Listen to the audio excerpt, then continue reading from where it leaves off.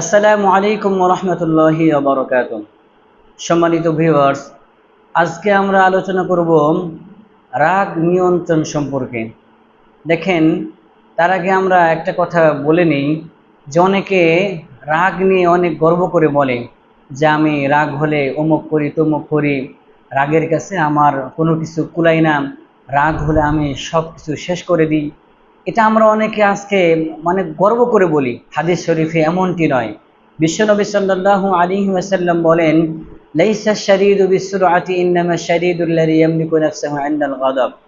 যে আমরা যুদ্ধের ময়দানে একজন আরেকজনকে ধরাশায়ী করলে আমরা তাকে বীর বা বাহাদুরি বলি বা বীরত্ব বলি, কিন্তু না।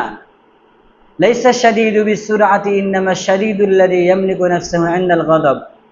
তিনি বলেন যে প্রকৃত বীর তো সেই যে রাগের সময় নিজেকে কন্ট্রোল করে, রাগের সময় নিজেকে নিয়ন্ত্রণ রাখে। রাসূল সাল্লাল্লাহু আলাইহি ওয়াসাল্লাম বলতেছেন, প্রকৃত বীর তো সেই যে রাগের সময় নিজেকে নিয়ন্ত্রণ রাখে। আর আমরা কি বলি যে আমার এটা গর্ব করে বলি যে রাগ হলে আমি অমুক করি তমুক করি, ভেঙে চুরমার করে ফেলাই, রাগের কাছে আমার রাগের কাছে কোনো কিছু কুলায় না। এটা আমরা গর্ব করে বলি, কিন্তু না। রাসূল সাল্লাল্লাহু আলাইহি ওয়াসাল্লাম বলেন, প্রকৃত বীর তো সেই যে রাগের সময় নিজেকে নিয়ন্ত্রণ রাখে, নিজেকে কন্ট্রোল করে। এখন আমরা জেনে নেই রাগ হলে আমরা কি করব। আমাদের প্রচন্ড যদি রাগ হয় তাহলে কি করব।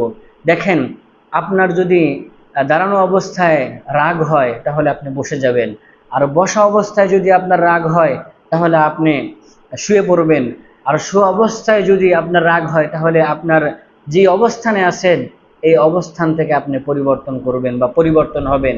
এমত অবস্থায় সবচাইতে উত্তম হলো যে কোনো সময় যার সাথেই রাগ হোক না কেন, আমরা নিজের রাগকে কন্ট্রোল করব এবং আমরা রাগের সময় উযু করে নিব, তাহলে রাগ ফিনিশ হয়ে যাবে। রাগের সময় আমরা অনেক কিছু করে ফেলি, মারামারি করি, হানাহানি করি, অকথ্য ভাষায় গালিগালাজ করি, ঘরের আসবাবপত্র ভেঙে ফেলি। এতে কিন্তু সমাধান আসে না। এই রাগটা যখন চলে যায় তখন কিন্তু মনে পড়ে, আহা, কি করলাম, ঘরের এই জিনিসটা, অমুক দামি জিনিসটা ভেঙে ফেললাম, আমার বউয়ের সাথে খারাপ আচরণ করলাম, পাড়া প্রতিবেশীর সাথে খারাপ আচরণ করলাম, সিনিয়র পার্সনদের সাথে খারাপ আচরণ করলাম, বন্ধু বান্ধবের সাথে খারাপ আচরণ করলাম। দেখেন, এই রাগ কিন্তু আপনার সম্মান কমিয়ে দিবে। আল্লাহ পাক রব্বুল আলামিন আমাদের সবাইকে আমলের তৌফিক দান করেন। সবাই বলি আমিন।